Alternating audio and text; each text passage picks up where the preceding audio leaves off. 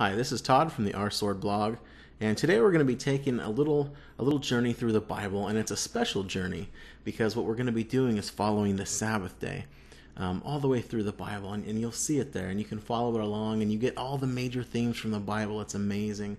It's an amazing thing, and step by step, all throughout the Bible, you see it there, and you can follow it, and it's kind of neat. So it's been a blessing to me to make this study, and hopefully it's going to be a blessing to you to listen to it and to follow along in your own Bibles. And I really encourage you to go ahead and grab your Bible and follow along because honestly, this is, it's a beautiful thing. And so logically enough, we're going to start in the beginning. Where better to start, right? So, we're going to find the first mention of the Sabbath day right here in creation, in the creation week. So Genesis 2 and verses 1. Genesis 2 and verse 1, and it reads, "Thus the heavens and the earth and all the host of them were finished." Verse 2, "And on the seventh day God ended his work which he had done, and he rested on the seventh day from all his work which he had done." Verse 3, "Then God blessed the seventh day and sanctified it, because in it he rested from all his work which God had created and made." So here you have the creation of the Sabbath. Here you have God has just finished his six days of creation, where he created the world and all the plants and all the animals and the birds and the fish, and the crowning act of creation, the pinnacle, was mankind, and then he blesses us with this amazing gift of the Sabbath day, of this time set apart to spend with him, just to spend with God, getting closer to him, building our relationship, learning about him. And it says he blessed it and sanctified it. He blessed time, and he made it holy. He set it apart for holy use. And we get such a blessing if we spend, especially this time, these Sabbath hours, if we spend it in his word, or in his nature, or just praying, or just thinking about him, or witnessing, talking about God to other people, and talking about Jesus Christ. We get a double blessing, kind of like Elisha prayed for a double portion of the spirit of Elijah. And sure enough, God gave it to him. And that's what the Sabbath is for us. It's like a double blessing. We're doubly blessed on that time when we spend it dwelling on God, doing the things of God. Anyway, so there you have it. There's Sabbath right there in the creation, right at the beginning, as this beautiful, amazing gift and blessing from God. Unfortunately, after God gave the Sabbath, the next thing that it talks about is the temptation of Adam and Eve by the serpent, who is Satan, and their fall, and so we lost that garden, we lost that paradise, and then Jesus was required to come to this earth thousands of years later, and pay the ultimate price and sacrifice himself to save us, so that we wouldn't be held responsible for our own sin if we would just put our faith and trust in him. Okay, so all that happens, and so now you have Joseph going down into Egypt, and then all of his brothers and his family following later, and being incubated there, growing up into the nation of Israel, and while they were in captivity in Egypt. And so here we have God calling that nation, calling his special chosen people out of Egypt, and here in the wilderness, before they get to Mount Sinai, before they receive the Ten Commandments, in Exodus 16, you have God feeding his people with this bread from heaven, this manna, and which is a symbol of Jesus Christ. He is the bread of life, and which is a symbol of the Word. The Word is called the bread, and indeed, Christ is the Word, so it all makes sense. But so we have here in Exodus 16, in verses 18 through, let's go ahead and 18 through 30. So when they measured it by omers, this is talking about the manna that God would rain down in the morning. They would go out and gather it. So when they measured it by omers, he who gathered much had nothing left over, and he who gathered little had no lack. Every man had gathered according to each one's need. And Moses said, "Let no one leave any of it till morning." So when you go and you get this manna and you're eating, don't save it up until the next day. Notwithstanding, they did not heed Moses. And this is another recurring theme of the Bible, is the constant rebellion. And it's been going on from the very beginning. All throughout the Old Testament, you see Israel rebelling and repenting, rebelling and repenting, rebelling and repenting, and going into captivity, repenting and being called back from captivity, going back into captivity, back and forth and back and forth. God is long-suffering. Truly, he is so patient. Notwithstanding, they did not heed Moses, but some of them left part of it until the morning, and it bred worms and it stank, and Moses was angry with them. So they gathered it every morning, every man according to his need, and when the sun became hot, it melted. So it was on the 6th day that they gathered twice as much bread, 2 omers for each one, and all the rulers of the congregation came and told Moses. Then he said to them, "This is what the Lord has said. Tomorrow is a Sabbath rest, a holy Sabbath to the Lord. Bake what you will bake today, and boil what you will boil, and lay up for yourselves all that remains, to be kept until morning." So all throughout the week, 1st, 2nd, 3rd, 4th, 5th days, they went out and they gathered 1 omer, just enough to last them that day. And if they tried to save any for the next day, it would breed worms and it would stink. It would get rotten. But on this 6th day, God said, "I want you to gather twice as much as you normally do, and save some of it, save half of it for the Sabbath day, because I don't want you going out and spending your time gathering it all up and working and baking it and boiling it and preparing it, all this stuff. So I'm gonna bless you on the 6th day, on the preparation day, on Friday, and you're gonna gather twice as much, and you're gonna save it, and I'm gonna preserve it. I'm going to preserve that manna." Then he said to them, we already read that, okay? Verse 24, "So they laid it up till morning, as Moses commanded, and it did not stink, nor were there any worms in it." Miracles, miracles, Sabbath miracles.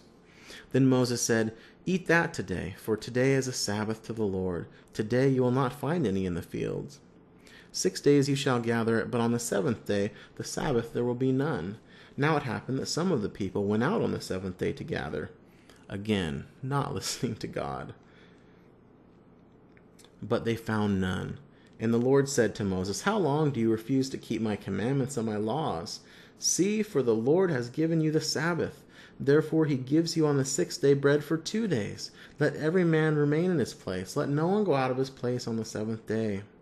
So the people rested on the 7th day. And so there you have it right there in the wilderness, the Sabbath being kept, even before the law was given, even before the 10 Commandments, before the 4th commandment, because you see the Sabbath was made back here at creation, like we just saw. Anyway, flip a few chapters forward to Exodus verse 20, and here we finally get the law, the 10 Commandments, a prescribed way to live, God's divine way to live, a revelation of the character of God. The first 4 commandments are displayed in your love for God, and the last 6 commandments are displayed in your love for mankind. If you love God, you won't have any gods before him. You won't take his name in vain. You won't worship idols. You won't violate this time that he set aside to spend with you, to be building your relationship with him. And if you love your fellow man, you'll love your parents, whose house, who brought you up. You won't murder. You won't commit adultery. You won't steal. You won't lie. You won't covet things from other people. If you truly love God and your fellow man, then the 10 Commandments become a joy to keep. Because we're not saying, why can't I do this and why can't I do that? Because we understand that to do those things would be to hurt God or would be to hurt our fellow man. And we don't want any of that. So the 10 Commandments is a joy. And the 10 Commandments is summed up in love. And also the Bible says God is love. And so you see, you put all these things together, and you see that the Ten Commandments are a revelation of the character of God, the love of God. So these are the ten promises, the 10 promises for a beautiful, wonderful life. So Exodus 20 and verse 8, remember the Sabbath day to keep it holy. I want to pause right here and call your attention to the very first word of this commandment, and it's remember. This isn't something new at this point. We just saw God created the Sabbath at the very beginning in the Garden of Eden with Adam and Eve. Before sin came and ruined everything, there was the Sabbath, made in perfection, and the perfect creation to be part of our original plan. There it was, right? And we just saw people honoring the Sabbath even before this. So remember the Sabbath day to keep it holy. 6 days you shall labor and do all your work, but the seventh day is the Sabbath of the Lord your God. In it you shall do no work, you nor your son, nor your daughter, nor your male servant, nor your female servant, nor your cattle, nor your stranger who is within your gates. For in 6 days the Lord made the heavens and the earth, the sea, and all that in them is, and rested the seventh day. Therefore the Lord blessed the Sabbath day and hallowed it. Okay. And so here there you see the Sabbath right there at the giving of the law on Mount Sinai, which is probably one of the pinnacles, one of the most amazing and important parts of the Bible. It's God's direct interaction with human beings. And if you read this story, you see that the entire Bible is written by man except for the Ten Commandments. The Ten Commandments was written with God's own finger on these 2 tables of stone. What we've noticed from the prior verses that we've read is that if Israel was good at one thing, and if we are good at one thing, if human beings are good at one thing, it is turning our back on God and backsliding and being rebellious, right? And so throughout the whole Old Testament, the story of this nation of Israel, of God's chosen people who were to bring forth the Messiah, the Christ, and who were to preserve the truths of God for the world. They didn't do a very good job of spreading these truths to the world.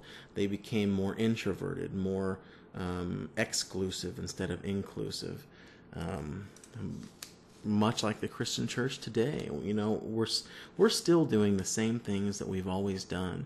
If you look at the church today, spiritual Israel, you can see that it's much the same as literal Israel, as the Israel of the Old Testament. Much the same. Many of the same problems that they had, we have. Ezekiel 20 in verse 12.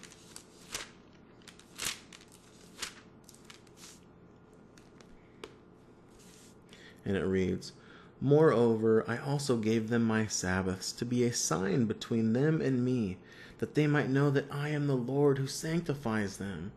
I am your God that makes you holy. It's me. I am your righteousness.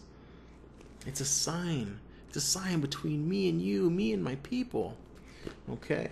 And if you look at verse 16, because they despised my judgments and did not walk in my statutes, but profaned my Sabbaths, for their heart went after their idols.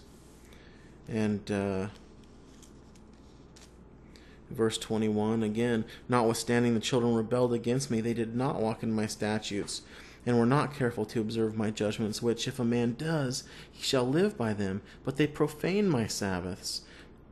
Then I said I would pour out my fury on them and fulfill my anger against them in the wilderness. Nevertheless, I withdrew my hand and acted for my name's sake, that it should not be profaned in the sight of Gentiles, in whose sight I had brought them out. Okay, so you have God pleading with Israel, please honor this Sabbath, this sign, this time that I've given you. Please honor it. And they wouldn't. They profaned it and went after their idols. Okay, let's move to Isaiah 58 and Isaiah 58. Wow, what a beautiful chapter in the Bible. If there ever was a beautiful chapter.